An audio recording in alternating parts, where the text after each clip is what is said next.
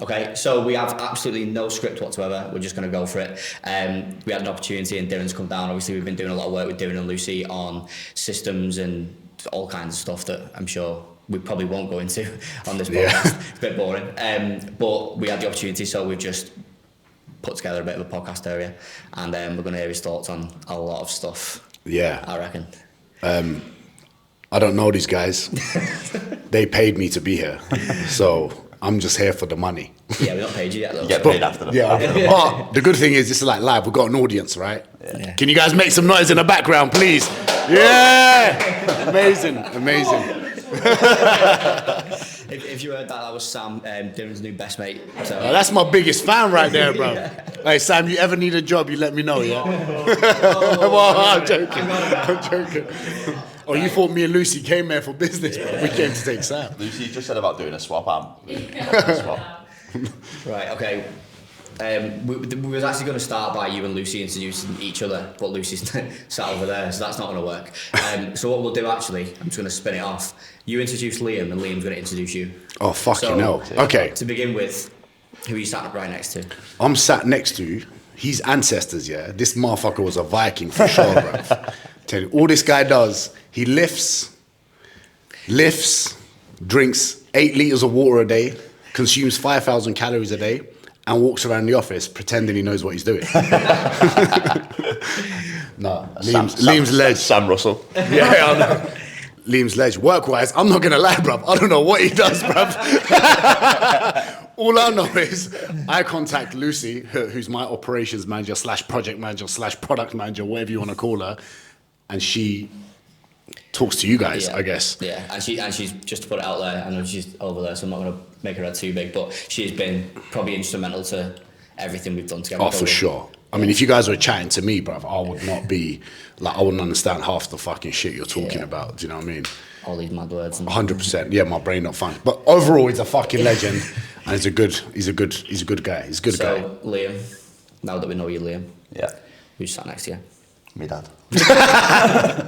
No, it's Diren. Oh, cheers, mate. It's Diren. Cheers, bruv. Yeah, so as I say, we've been lucky to work with Diren and Lucy now for roughly a year. I said some of the projects we worked on have been really exciting. People who know the industry know who Diren is, but it's obviously been good to get to know him on a personal level as well. And obviously what you see on social media is Diren. I know there's a lot of sort of noise in the industry now with sort of people putting facades on for social media and being a person that they're not. Yeah. But Diren is just Diren. As I say, it's just good to sort of get through the nuts and bolts of it and actually get some shit done, which is essentially what we're here to do. So yeah, it's cool. Fuck, if he was gonna be that nice, I would have said something nicer, bro. That was fucking nice, bro. Nah, I can't do that now. The moment's gone. As soon as you said to go to the gym, that was me. I was like, that then sound. Yeah, as long as people know. Yeah, I was meant to mention that. So at the start, just to give myself some limelight for anyone that knows me. Yeah. I went to the gym this morning. I went to the gym yesterday morning. You go to the gym? Yeah, I went to the gym. Oh, you mentioned about 8 times today already. That's right. Maybe some softies like that to take the weight off. So yeah, I went to the gym. For anyone that's interested, I went to the gym. Right, he's got the pump cover on at the moment. I've got I pumped loads of creatine before it just on me out. You've done well though. You've lost a bit. You're trying to lose some body fat and trying to get more active. I don't want to talk about that in case I put it back on by the time. But yeah, Liam's had us on a bit of a coaching program. A regime, yeah. But me and Joe are still waiting for our check-in feedback from Sunday. For context, Carl's check-in was 7 minutes late. So if you don't check it on time. I mean, he was 8 minutes late, but right, let's get into it. So obviously there's so much stuff we could go into. Okay. And we'll probably just go into down rabbit holes and we'll just chat and we'll just see how we go. We'll go into some industry stuff, but first of all, what I like to do with conversations, this is the first proper podcast we've done, so I've never really done it on a podcast, but I come from a perspective that I'm outside of the fitness industry, so I always see me as one foot in each camp. I don't really have a fitness background, I was never a coach. Yeah. So I've only been in the industry for 4 years. Yeah. So I'm really actually interested, selfishly, to understand how people got into the industry initially. Okay. Especially you in particular, because you've obviously got a much different background than a lot of people. Yeah. Which, after us speaking for the last day or two, I know, has given you advantages and disadvantages probably at some point. So tell us a little bit about yourself and sort of how you got into the industry. if I'm being honest, bro, I just wanted to be a footballer, innit?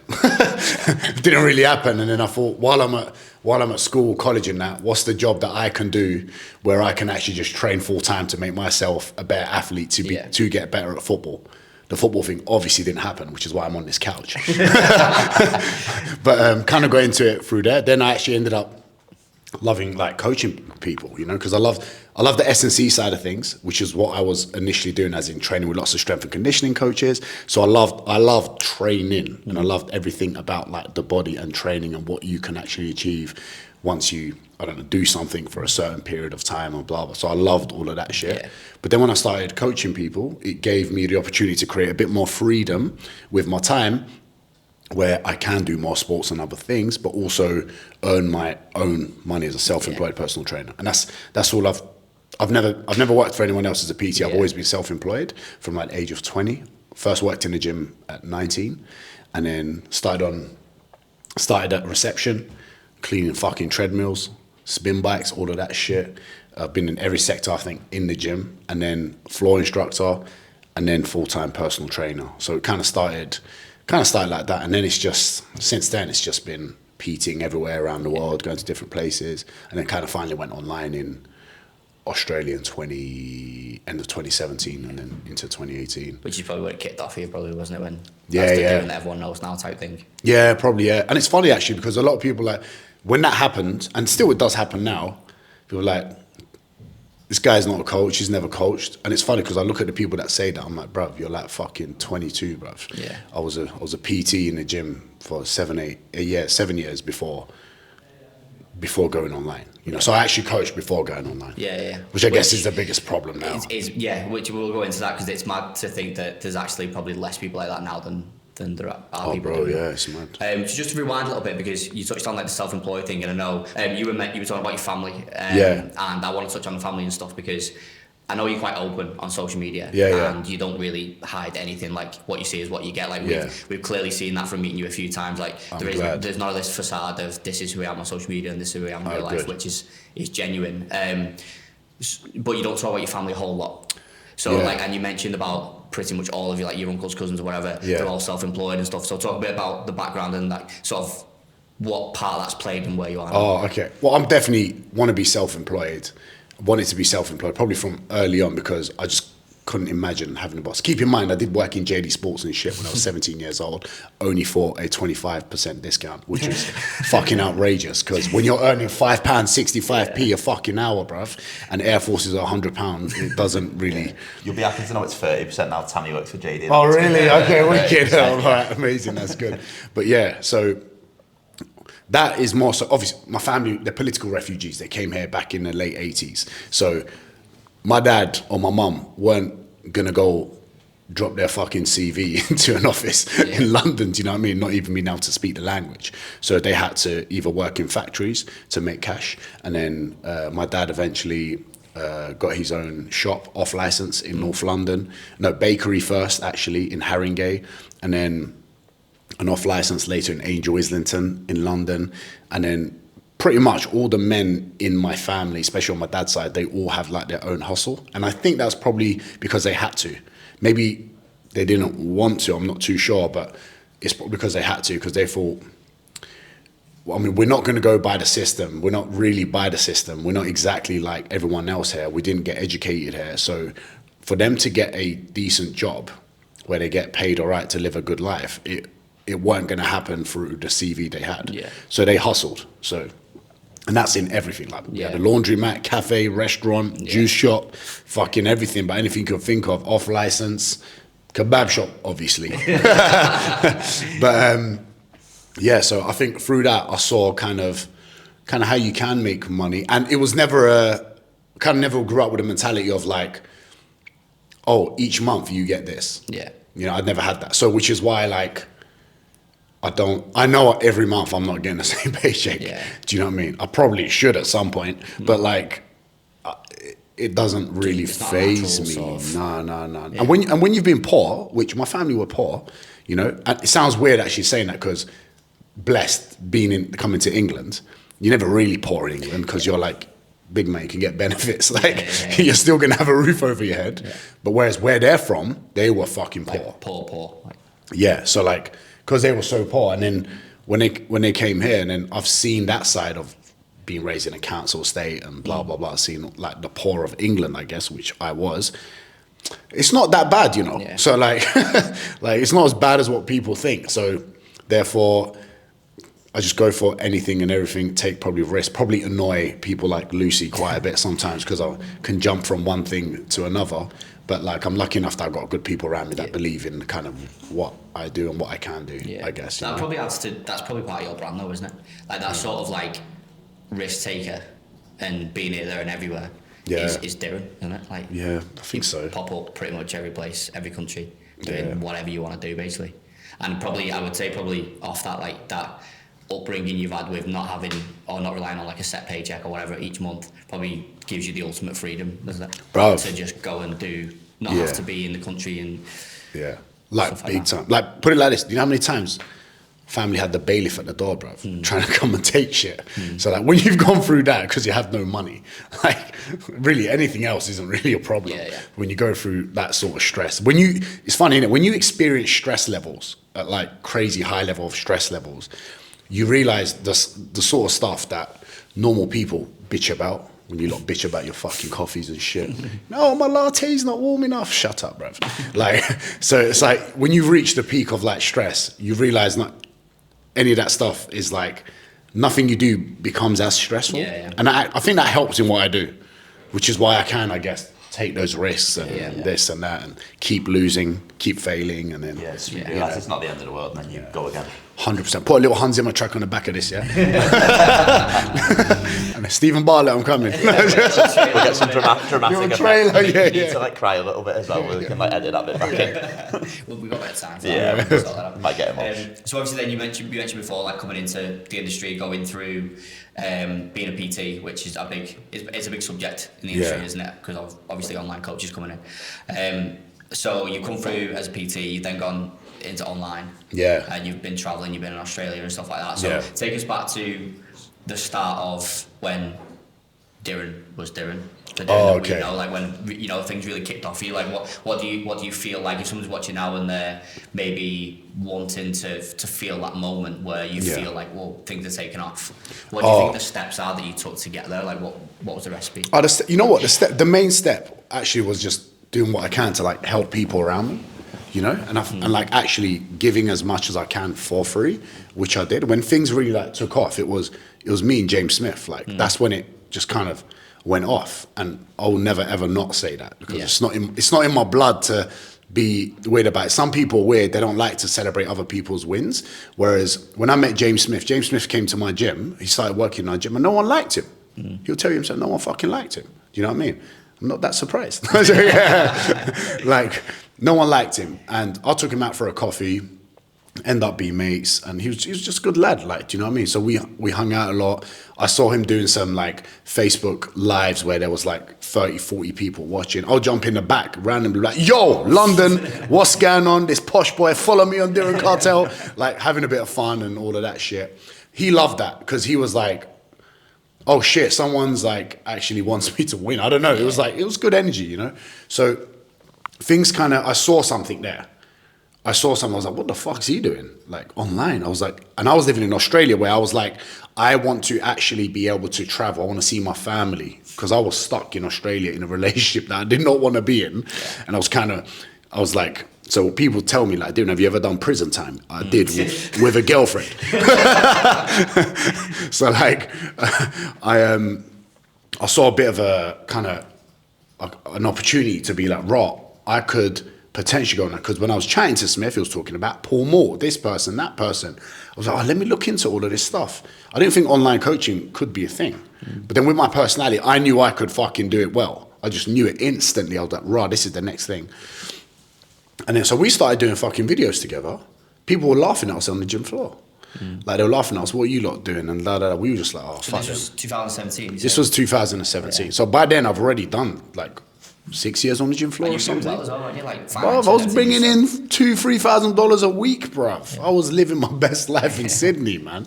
Fuck. So if you're an online PT now, you're trying to be one, and you're on the gym floor, don't fucking do it, bruv. Stay there, bruv. Yeah, well, enjoy the cash. hopefully by the end of this episode of this podcast, they'll actually have information to make a decision on that. I guess so, yeah. I hope that people are going to listen to this, because that path that you took from London or UK to Australia, PT, to online world, like people are still walking that path every day now. But people are still doing that, so hopefully it's going to give them a bit of information to go, yeah. But I think that's the problem. They're not. Like, or they're saying they are by doing 2 months of face-to-face PT. Yeah. I think that's the problem.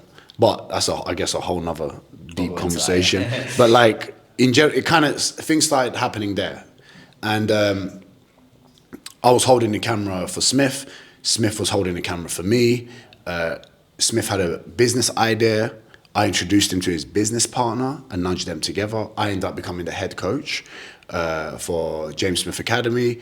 And from there, I felt like it was my business. I treated it like it was my business.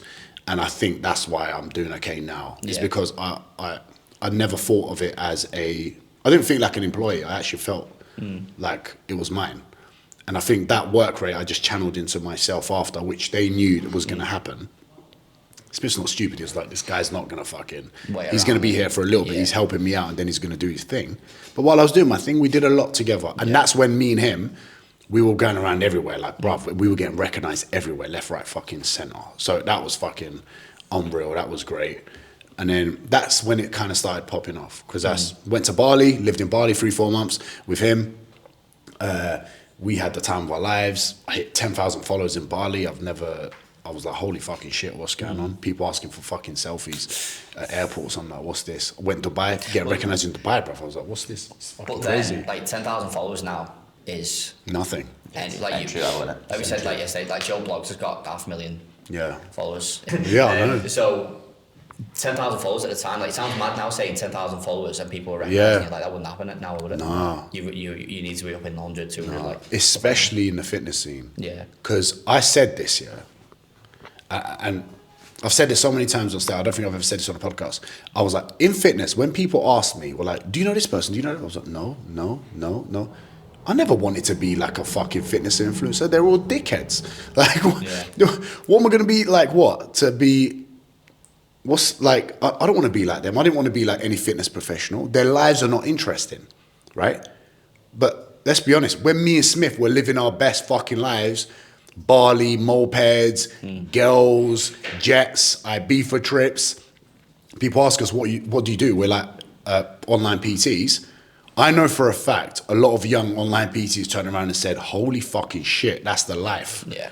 We can do that. So it became something that was almost like glorified in a way that was like almost like a fucking footballer. Yeah. I'm not gonna lie, I wanted a footballer's life. I wanted the money, I wanted the girls, I wanted the car, I wanted a big house.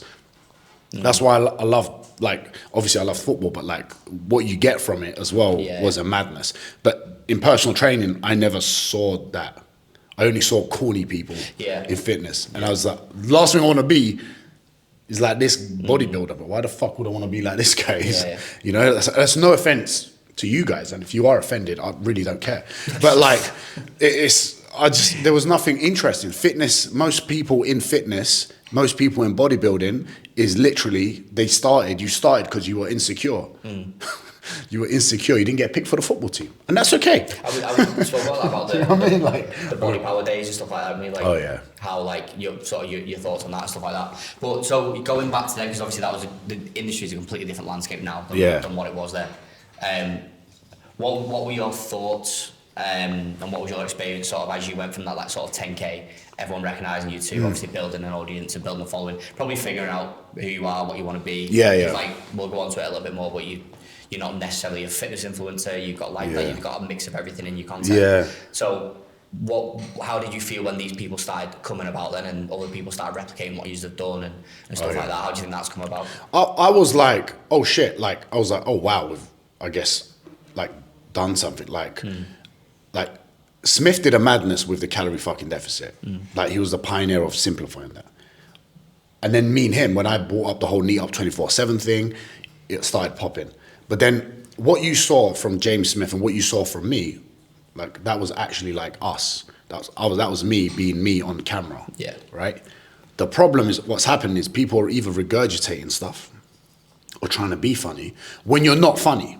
Like if you're boring, you like Minecraft, and you like playing video games, just be that guy on camera and it will bang so much more. Yeah. But don't try and be the guy that you're not, or even saying words that you don't usually say. It's actually quite funny. You see it. You see it with the camera, innit? Yeah. So it's like, and I guess we've been talking about it the last few days, and the ones that do really well, you can genuinely see that they're unique. Yeah. Unique, you know? So like, and if you're unique, you should everyone's unique. Can everyone put it on camera? Probably not. Yeah. Is everyone going to be a superstar? No, because if you believe that, you're a fucking idiot. Because then no one's special, bruv. Like, do you know what I mean? So it's kind of. Well, that's a lot of what we spoke about, isn't it? Like what we see these days, and you probably have a thought on this as well, because obviously, Lee, you've been a PT, you've done sort of a similar route to what Diren's done, and then gone online, and then obviously you've ended up in Graphfit. But there is a real issue in the industry at the minute with people building audiences and followings and almost fans, some of them, if they get to that point, based on a personality that isn't necessarily them. So then, and it's okay in the online world, but then what happens then in communities when you're out and you're like, we've been in the gym this morning and people recognise you and you're the exact same as what they thought you was on socials. I hope so, and it's a big issue, isn't it? Like, it is. It's I don't know. I'm sure you guys work with a lot of people that, like, you just see stuff and you just see different sides of people, and I just don't think it's right. Yeah. I just think it's a fucking scam artist, bro. Like, I don't know. Do you know what I mean? What we're saying today is obviously it's exhaustive, isn't it? Like this idea of filming content or whatever, like if you're doing reel after reel or you're just not that person, you must get to the end of the day and be like, fuck it now. Yeah. Like it How long can you keep it off? Must be so sad. Exactly, it's obviously a ticking time bomb, because at some point you either to say you don't want to do that anymore and then you've kind of lost that identity, and it's like, do you rebuild it? Do you diversify into something else? If you've not got that charisma naturally, then it's kind of not for you unless you want to just live a life for however long and make your money. And then obviously the other side of it is you just end up blurring the lines between, as I say, like who are you? Are you actually you, or are you this person that you're trying to become, or whatever? And it just, like I say, it must be so exhaustive. I'd much rather just sit here and just be like authentic and like that's just me. And like I say, I could probably be funnier and say loads of random out there shit on this podcast to try and get views and whatever, but I'm just going to be like me in it, and that's what we were speaking about as well, because we was on about like sort of Graphfit's position in the industry, and I think we sort of find our place by being us generally. Like you said, like when we first met, well, we didn't even come and speak to you, did we? Like, we were in the same room, but we were eating the pick and mix, weren't we? Yeah, we were eating sweets. But you generally attract each other. Like when you know that someone's like genuine and they're there for a genuine reason, then you attract them. And Graphfit as a brand has probably benefited from that, but also probably been at a disadvantage, probably as you have sometimes, just because you don't want to fall into what people expect of you, or the trends and stuff like that. So if you was, because I know there's going to be people watching this podcast or listening to this podcast that have either suddenly built up an audience, so like they've had a viral video, they've built up like what can easily be like 100, 2,000, 300,000 followers now, and they really actually want to build something off the back of it, and they want to be genuine. What advice would you give them? I would look in the mirror and say, are you really that guy, bro? I would look in the mirror and be like, are you really that guy? Like, that is the first thing I will do. Like, I don't know about you guys, but like, I feel shame when I act a way that I am not. Right, I genuinely feel like if I'm someone completely different in front of someone, or if I'm regurgitating something exactly word for word what someone else says, I'm shameful of my act, bruv. I'm looking at this going, oh, this is not real.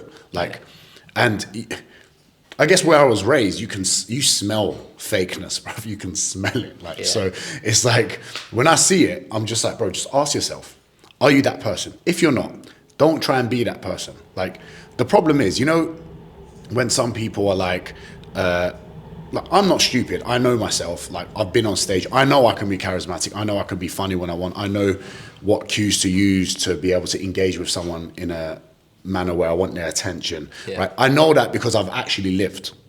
I traveled from a young age. I tried loads of jobs. I failed in a billion fucking things. And I put that into kind of who I am, like molded myself in a way that I am now. The problem is, no one's actually living before they do all that shit.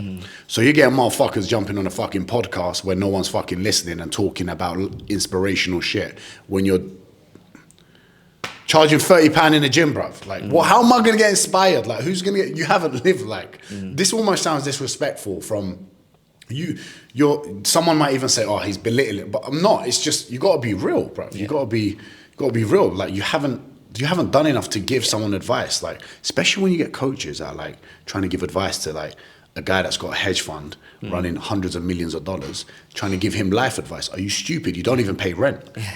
Still living home. Yeah, like, Still living in your box. yeah. So like, if I was that person again, I did this quite well. I put myself in rooms where I was the smallest guy, where I was the dumbest guy, and I listened, right? I know I can fucking talk a lot, but I talk a lot when it's needed.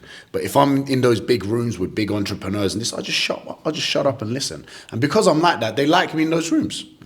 So I learn more. But when I'm in another room, like I'm on your podcast, I'm your guest. Of course I'm gonna fucking talk. But like if I've got someone on my guest, or I'm listening to some advice of someone that's more experienced, someone more older, I'm just gonna listen. I'm not gonna battle it. Well, you did yesterday. Like I was probably surprised at that, to be honest. Like we spent a good 4 or 5 hours yesterday going through all the systems. And I know obviously Lucy deals with a lot of that stuff. Yeah. You sat there and listened. Yeah, bro. That's because we couldn't get a word in with you. if you're looking around going, oh, it was nice that you just sat there. Didn't really. You're the person. Like, you are that. Lucy's like that as well, you are that the one person. that knows the stuff. That's why. Okay. And he used a whiteboard and a pen, and that was like, Yeah. you did for the first time. Yeah, he used the visual thing. He knew like Diren's gonna see it like this. Darren switched off early to draw some pictures. But you did. You listened because, and I think you made comment on it yesterday. Like when you know that someone knows about something that you don't know about, or you're not that clued up on, then, and they know about it, then listen to them. Yeah, bruv. And it's weird, isn't it? Like, and because of what I said earlier about the fitness scene actually being insecure, right? Because it's insecure, they don't want other people to win. They don't want other people to win. They don't want. They want to know what they're doing, right? They every time someone says a word, they're trying to up one. They're trying to up one. That's great, but what about this idea? Yeah. Oh, that's great. What about this idea? I hear that, but what about this idea? Shut up, bruv. The first one was a good enough idea. Like, why are you battling me? I don't understand. That's, you know? I think that's one of the biggest players in the industry being the way it is now. Oh, for sure. Because like we talk about all the time, don't we, about the demands of what the industry demands of the coach and what the coach actually really needs are like miles apart. But it's hard to get away with the demands of the industry because of what you just said. Things that it's always one up and things. It's like, oh, that's a really good idea, but no one's really happy with having a good idea. Someone needs to have the next good idea, and like before that good idea has been even executed or dissected, then there's another thing, and it's just so fast paced. And I think the industry being fast paced is what makes it so lucrative and so much money in it, which is great. And it means there's always going to be careers in the fitness industry. I don't know what they're going to be in the future, but there's always going to be careers in the industry. But that for me is one of the biggest players. It's just like, ask yourself why you're doing it, you know? And I think that's another thing, people force this up because they think there's some weird glory when you do get followed. There's a status. Yeah. You do get a bit of a status, I'm not going to lie. But are you that guy though? Like, are you that person? And if you're not, go and live and then talk about it, I would say. Even me, sometimes I feel weird in podcasts explaining my story. I'm like, I haven't fucking done anything yet. Yeah. Do you know what I mean? I'm like, I don't think I've really done anything mad, you know? People these days are almost starting with that, aren't they? Bro, they're starting with the story. They start, exactly, bro. It's crazy. Like, this morning I woke up and I did an ice bath. and I thought about these thoughts. Shut up, bro. Yeah. Go have a warm shower, bro. So I'm thinking of that and I'm thinking, well, there are good examples in the industry of people with audiences that are actually got businesses and that are actually utilising them, like you, James Smith, and people like that. But like the type of person that you've just described there is maybe 20, 21, 22, 23, 24 max probably.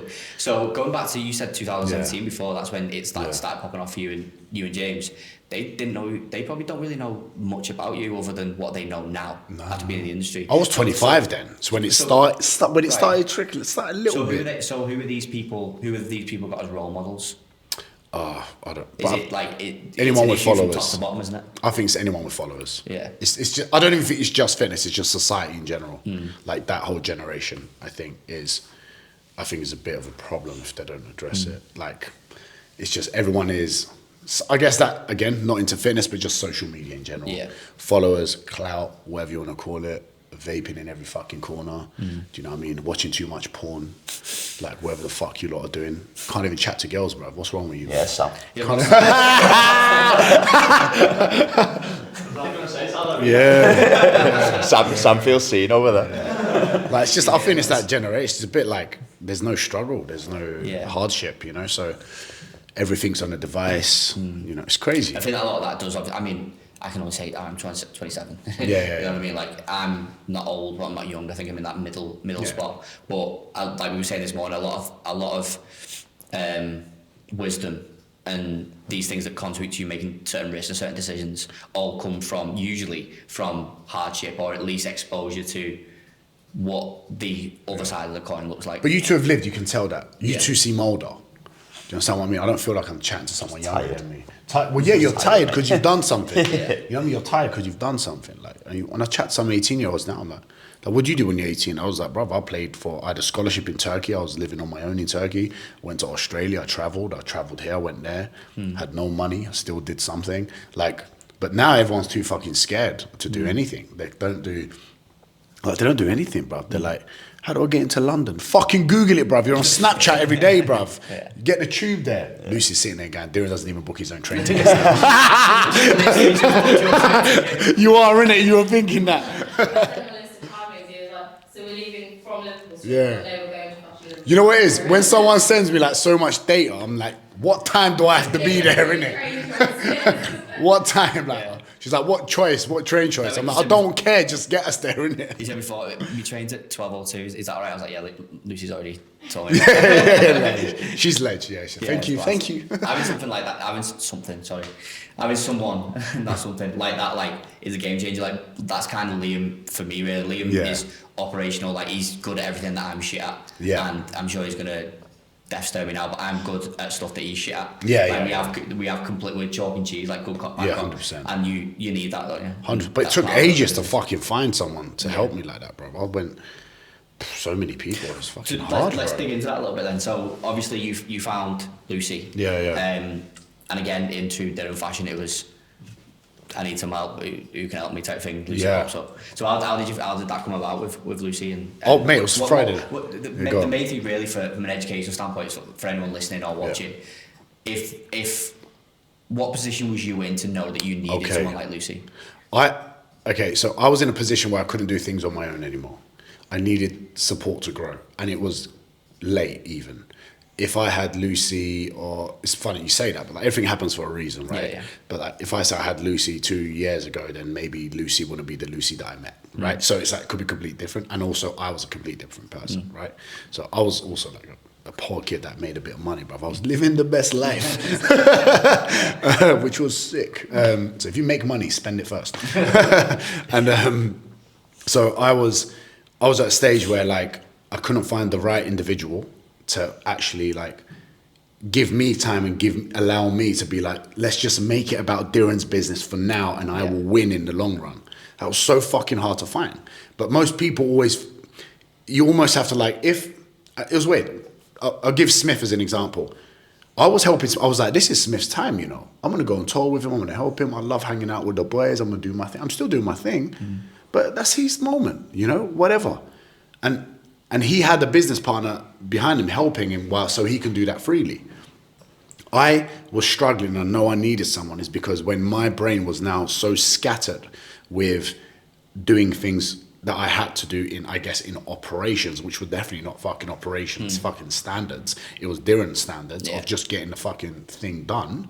If I had that earlier, then it would have created more time and space for me to do more stuff like I'm doing now. And if you see my content now, I'm doing more stuff, more YouTube, more this, more that, because I've finally got more time to be able to do that. But before, it was really fucking hard. That's when I knew I needed someone. Then finding that someone took at least 2 fucking years. Yeah. So at least 2 years. 2 years. And it's still like a growing relationship where like Lucy understands me more, I understand her more, and it gets better. I'm sure you guys know. Yeah, it's the same. You know what I mean? Thing, isn't it? As you get to know each other and you see where you can pick the slack up and they can pick your slack and whatever. Exactly. And it's like, and it's nice. And it's really nice. And I'm like, it's weird. It takes time to trust people. And so when you do trust people, you can free flow more with what you can do to actually make big things happen. But I met her, I was Friday night, bruv. I was at home, I was so stressed, bruv. I was like, fuck all this, bruv. I was like, this is so fucking long. I can't be bothered with any of this shit. Can someone do my shit for me? I need a project manager or someone. Get a DM a Friday night, 8 or 9 p.m. Instantly, I was like, who's DMing me this at 8 p.m. on a Friday? It's someone that hustles, 100%, you know? And then she was like, oh, Diren, I'll let you do all the fun things that you're good at, blah, blah, blah, and I'll do all the shitty things that you hate in the background. I was like, okay, let me have a look. Let me have a quick look at the profile. Is she weird or not? Yes. Yeah, she's weird. She did. Yeah. And then I was like, okay, cool. Like, send me your CV or something, innit? I'm like, well, I don't fucking know what the fucking CV's like. Well, I've got a friend to look at it.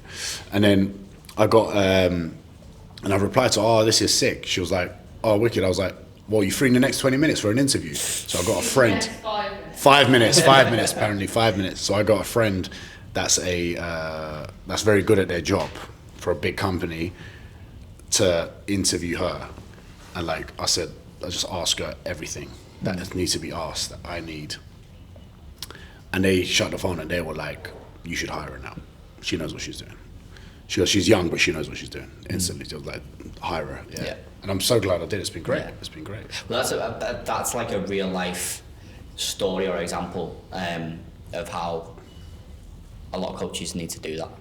I think it's genuinely like there's two things you touched on. Firstly, it's the freedom part. Yeah. Like the freedom part of people coming into the industry or being in the industry and wanting to get to a place of freedom, whether it's financial freedom or freedom to travel or whatever, which you clearly couldn't do because you were stressed. Even if you could go to you could go to other countries, but you were stressed and it's not you and whatever. And then you've got the point where you said about relinquishing control. Yeah, that's really difficult. Like, I think every business owner at some point really struggles. Like I trust Ling with life, probably trust him more than trust myself with some things, like to manage, like to do anything that he feels necessary. 100%. But it's really hard, and I knew Liam before Graphfit as well, and I still struggled with that. Yeah. And now he probably struggles giving me control. Yeah, you ain't getting it back. Yeah, but that happens, doesn't it? Like, and does, I think coaches really, especially as you start growing as well, you really need to find trustworthy, genuine people, and I would even go as far as saying before skill. They've got to be skillful, and I'm not saying just go and hire your mate, but you've got to really trust them and like them as a person. 100%. Because it's going to be, at some point, there's going to be some hard conversations. It takes long to find, but you also got to look at, like, you also have to be a good person in the sense of, like, that person needs to know, I think, like I want to win, but I also want Lucy to win a lot. Yeah. You know what I mean? I'm not just building this for myself. I want everyone that works with me to live a good fucking life. I'm sure, like you guys do for all these guys here. You know what I mean? So, like, I think once they understand that, once they hear that, maybe when I first said it, Lucy, maybe she said this guy's chatting shit, but maybe in a year's time she was like, oh, it was fucking legit. Is it legit? Yes. Yeah. Okay. There you go. So, just to confirm, I got it on camera. That's verbal confirmation. So, like, it can take time, and then once you build that relationship, then you can kind of go all out in every element of business. Because I know when I walk into a fucking room, bruv, there's things that I can do. I need Lucy there writing that shit down and putting it together. Because my brain is fucking everywhere, bruv. I'm in that room chatting to the guy that I know that wants to chat to me, that wants to do business with me, and she's there kind of putting it together. Do you know what I mean? And it works. Well, you know, so if you look at like different types of people, different coaches, business owners in the fitness industry, you probably fall naturally into that entrepreneurial founder. I think so, yeah. Opportunity creator. Yeah, I think ideas. So. Just be a nice person, innit? Don't be a dickhead, bro. Like, just it's that simple, innit? Just be a good human. Like, eventually you'll find the right people. I guess. Do you know what I mean? Like, things will, like, there's times where I'm like, fuck, I should be in better places business wise, I should be in better places this wise, but then I'm like, well, maybe I shouldn't. Maybe I'm just exactly where I'm supposed to be, and whatever's going to happen is going to happen eventually. I think that sort of, for me, and probably for, I'm sure everyone agree who hear this as well, I think that contentment that you've got in yourself is probably like the pinnacle of your brand, isn't it? Like the Diren Kartal brand. Yeah, I do have moments though. Don't get me wrong. Like, there's moments where you're fucking you have moments, bro. I can't pretend that it's all fucking sweet. Like, there's moments, but then you like, get slapped up by your cousins or something. They're like, oh, you complaining? You got a nice car? Like, all right, bro, sorry, man. That's reality, Dubai again, is it? Oh, I'm like, oh shit, yeah. It's perspective, isn't it? Like you say, it's just like you were saying before about like problems and that. It's like first world problem sort of things, isn't it? Yeah, you say it's just the perspective of it, and Yeah. So I guess it's all part of growing up, innit? Like, Yeah. I'm 31 now. I'm fucking the oldest in the room, I think. Yeah. So like,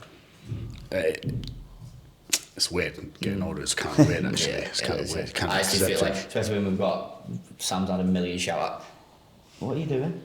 What's up? I thought you were like posing in your camera. No. Like, you was doing the whole he's on Snapchat. If you're on Snapchat, texting birds, you up. Working hard as usual. Yeah. Yeah, but the that it's funny, innit? Because you never really feel old, but you definitely feel old. 100%. You don't get the same bonus you did when you were 20, right? Yeah. Moving on then, because obviously one of the best conversations I had, and I'm probably boring with it now, but one of the best conversations I like having with people is like sort of the general state of the industry now, like getting different perspectives from different angles, because I think some people don't realise how segmented almost that the fitness industry is, which creates different perspectives from different angles for different people. Yeah. So in sort of, as we stand here now or sit here now, how would you say the fitness industry is performing? Like, obviously you've been in it a long time. Yeah. It's obviously changing. It's always fucking changing, right? That's the first thing. I think at the very moment, I think it's so saturated. It's so saturated in a space where everyone is doing and saying the same things that I think it's becoming like a weird, toxic, boring place, and no one's being themselves, right? So, whereas back in the day, Roth. Before, when you're like, when someone is doing something, or again, me and Smith was an example. They're like, holy shit, what are they doing? Oh fuck, those guys, they don't seem like PTs. They don't eat chicken and broccoli every fucking day and blah blah blah. But that was us. We were actually like that. But now I think everything is forced, and it's not them. So it's kind of making the industry a place of so many individuals that are now just trying to be, I guess, Insta famous for the wrong reason. I didn't have an intention of being fucking Insta famous. I just had an intention of having some level of fucking legacy, something. It didn't have to be Instagram, bruv. Something. I didn't know what it was. I'm still trying to fucking do it, bro. I don't know what I'm doing. I'm just kicking with the wind. Like, I don't know. You know? So like, but whereas now it's just like people are, I don't think they're doing it for the love of actually training people. I don't think so. They're getting qualified and saying online PT. They haven't actually trained people. I think that's the problem in general. Not getting qualified. There's definitely online PTs out there not qualified. I think that's the major problem. That's the major problem. I don't think, and that's just kind of creating a space where it's giving people, I think, a bad representation of fitness and being quite healthy, because now every fucking little cunt is screaming calorie fucking deficit. Not every little cunt, every cunt is screaming calorie fucking deficit. It's like, it's easy, it's only maths. Yeah, to lose weight. But if you want to be healthy, build a good physique, be strong, feel good, like inside and out, you need to eat good fucking food. Like, you need to eat good food. Isn't energy balance important? Of course energy balance is important, like it's fucking science, bruv. But like, everyone now is screaming the basics. They made the basics so basic without any context or education behind it. It's now becoming not as valuable, I think. I don't know how I string that together, but I think it made sense. Do you know what I mean? No, exactly what you mean. So like, my question for you being probably an ideal gym pot client to a coach. So what's the alternative? The alternative of how you would do it? You just mentioned about the calorie deficit thing, everything being so simple, and it not necessarily being the formula for a healthy lifestyle, it's the formula to lose weight. So what is the formula, or the Diren Kartal formula of a healthy lifestyle? I think the biggest problem right now, and most people's biggest issues right now, is you're not aiming to create a sustainable fat loss journey for yourself. Right? You're not aiming to create a good lifestyle and a training regime that fits your lifestyle, that can stay consistent to create sustainable fat loss and a healthy lifestyle. And that is doing the very basics for a long period of time. You can't be fat for 20 years and then expect it to change in 6 weeks or an 8-week challenge, right? I've done challenges before. I do the challenge, but I'll do my best to keep everyone there for as long as possible to actually create sustainable fat loss. So everything that I'm teaching now and educating and everything that I'll be selling is going to be sustainable fat loss journey for real people getting real results and maintaining the results that they get, because that is the biggest problem. Yeah. Teaching them how to eat good, teaching them what energy balance is, teaching them how to fucking train. Do what you want, yeah? If you want a sloppy physique, don't train. If you want a good physique and build amazing shape and feel strong as fuck, you need to train hard, but you need to know how to. But no one is patient enough to actually do that properly. Like people going in and be like, oh, should I do 5 times 5 reps? No, you can't even, you've never done a simple set of 10 reps of a squat. Why don't we learn that? And maybe in 2 years' time, when we do a power when we periodize something to get you more power or some shit, then you'll benefit from it.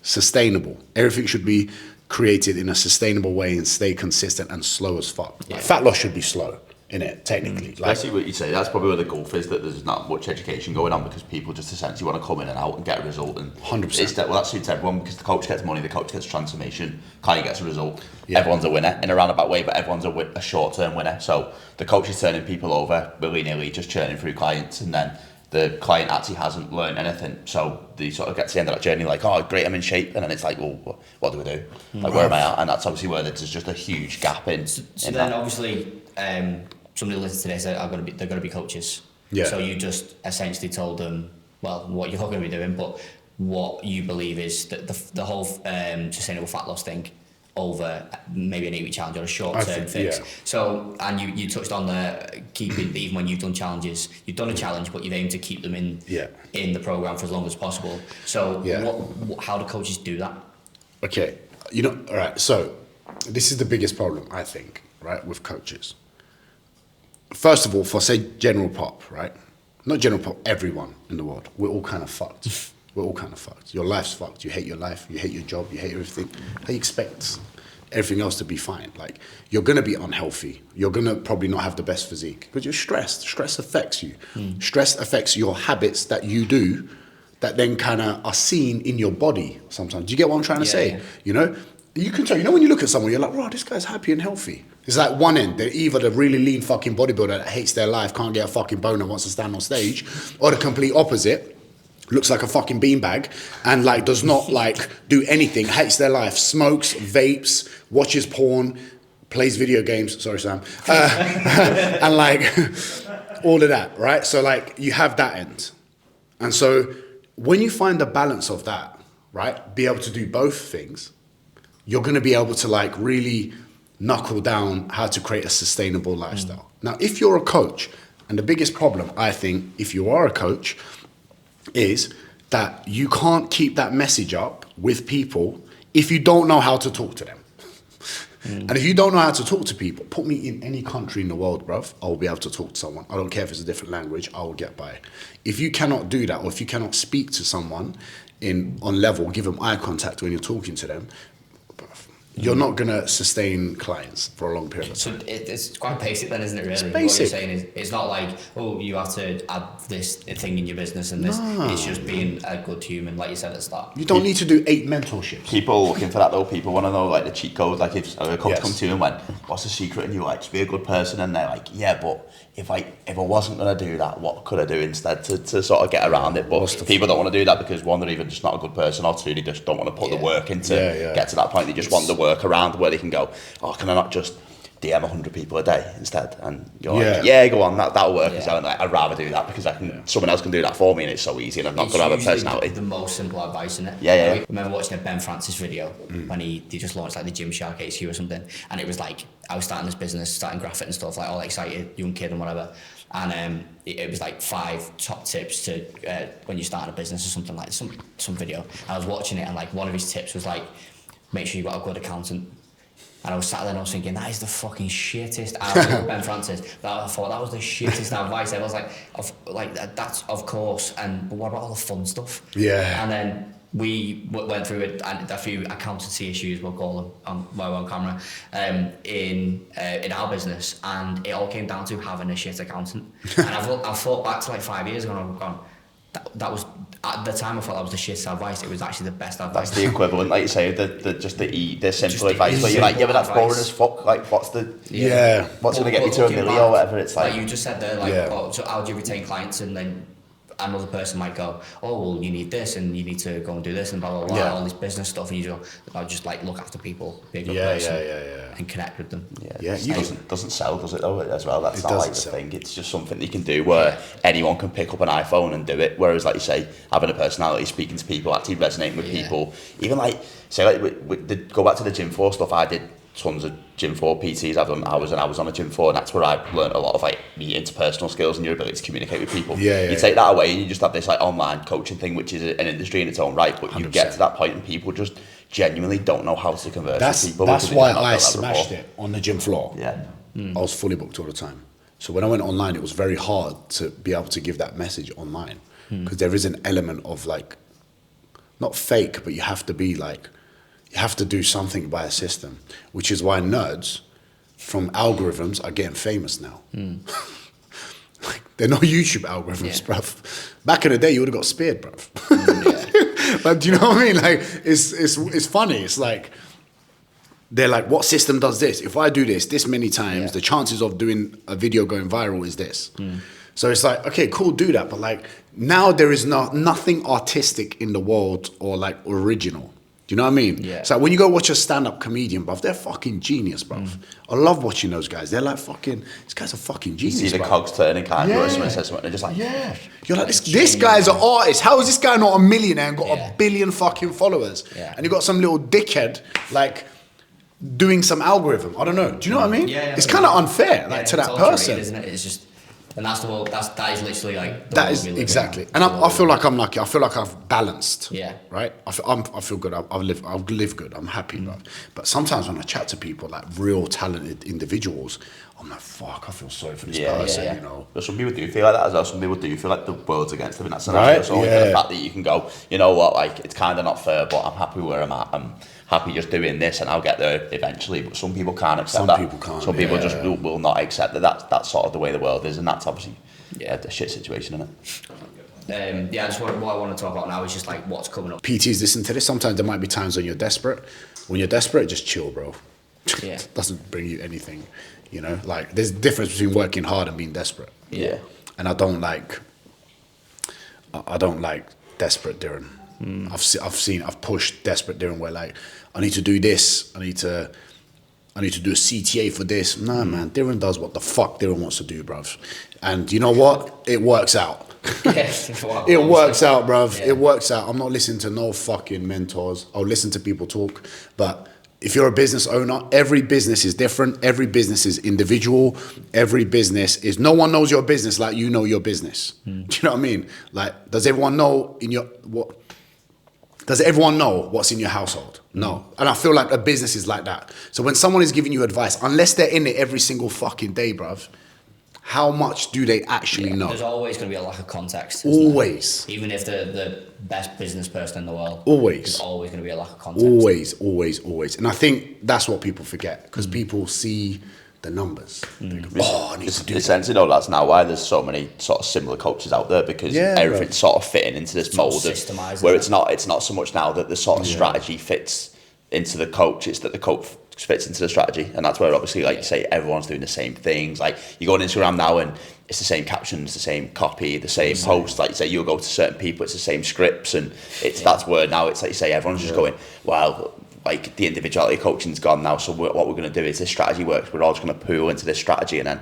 that's why there's so many everyone's the same coach because it's done like a U-turn, hasn't it, in that sense. I feel like you've got to pick your battles, I mean, in business. In life, generally, but in business, you've got to pick your battles, and that might look like something that you just mentioned there about things being the same. So if we're talking social media, you've got like captions, creatives, like all these things and things being the same. Yeah.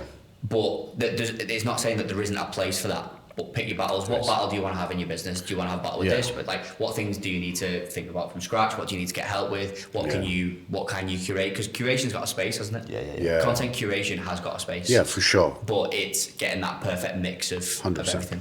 don't ask too many questions either. Just do it. Yeah. Like, just do it, man. Just chop and change something will work out. Yeah. Like, people ask too many opinions. Too many opinions isn't good. I don't think. That's what I'm learning more and more.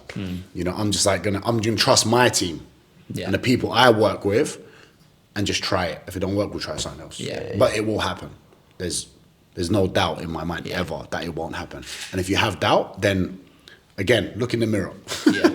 Look in the mirror and be like, big man, is this you? That's what I would say. Throughout the whole conversation that we've had, you always keep coming back to you being you, you being you, you being you. 100%. You have to.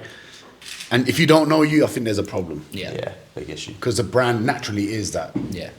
You know? Yeah. So I might not be the richest guy, I might not be this, I might not be that, but I think I'm pretty confident in myself. I honestly think, and this is why, like I said at the start, I wanted to take this opportunity to get you on a podcast, even though until we sat on this chair, the Graphfit podcast didn't exist. Like, you are indeed the start of that. But I think people really need to hear that. And I've always known, and we've always known of Diren, and we've worked with you for a while and stuff. But then when we met you properly, I was like, this is like, there's a freshness in your approach to things. I'm not just saying this while you're here, but like, genuinely, I appreciate you, there's bro. a I freshness appreciate of your approach to things that we need more of in the industry. I appreciate it. The downside of that people, the reason why it's not here is because it doesn't always make you the richest. 100%. It doesn't always make you the biggest man. It makes you the happiest, and I think that's... And 100%, and any PT watching this, there's no system to that. So don't fucking ask me. Right, don't ask me. Talk about systems, just to finish off, right? Just to sort of cap it off at the end. If I'm a coach now, an online coach, and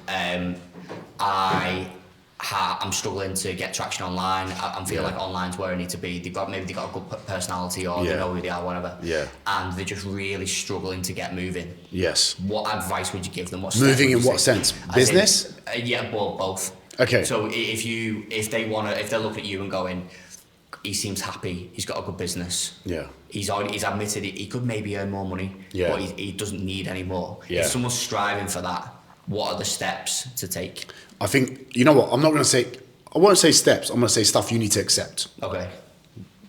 You're always going to be stressed, right? You're probably never going to be fully happy with what you have.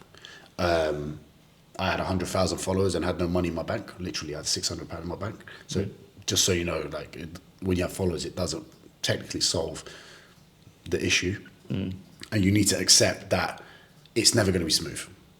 That is from my experience. I've never experienced anything fucking smooth other than smooth peanut butter, bruv. Do you know what I mean? I've never experienced anything like that. And the older I get, the more comfortable I get with stress, and the more I can tolerate stress, the better it is, I think, for an individual, not just in business, but in life. And what you realize is you start attracting good people, and from good people, you create good businesses that actually impact people's lives.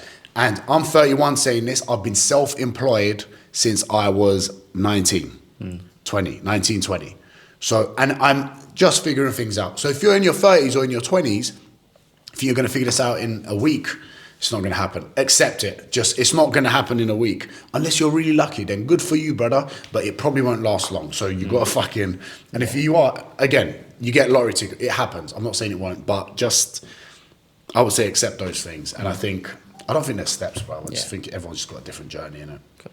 I think that's strong to finish on there, isn't it? And also, thank you to these lads. If you guys want to ever work with Graphfit, honest to God, fuck what they do. They're good people and they'll always work hard for you. And that's all I've got. And that's all Lucy has said about them. And since the day I met them, they're just genuinely good fucking people. They don't ram cells in my fucking air. They don't do nothing like that.